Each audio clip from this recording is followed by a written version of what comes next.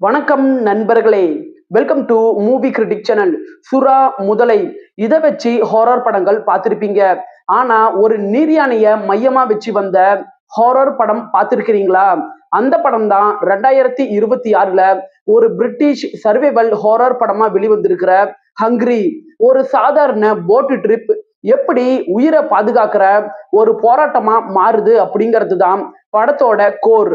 இந்த படம் ஒருத்தா வாங்க ரிவ்யூக்குள்ள போலாம். கதை அப்படின்னு பாத்தீங்கன்னா, லூசியானாவுல இருக்கிற சதுப்பு நில காடுகளுக்கு ஒரு டூரிஸ்ட் குரூப் போட்ல ட்ரிப் வராங்க. அவங்களோட நோக்கமே அலிகேட்டரை பார்க்கணும், இயற்கையை ரசிக்கணும் அப்படிங்கிறது தான். அவங்க வழிமாறி ஒரு பயங்கரமான இடத்துக்குள்ள போறாங்க.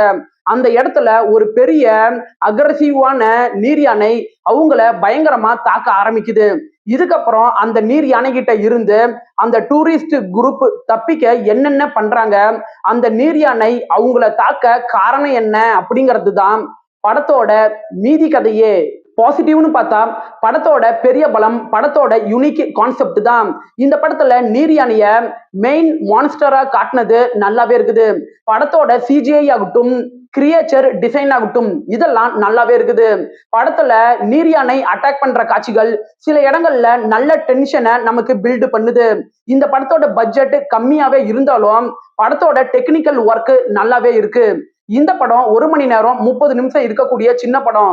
குயிக்கா உங்களால பார்த்து முடிக்க முடியும். படத்துல நடிச்ச நடிகர்கள் பர்ஃபார்மன்ஸ் வைஸா நல்லாவே நடிச்சிருக்கிறாங்க.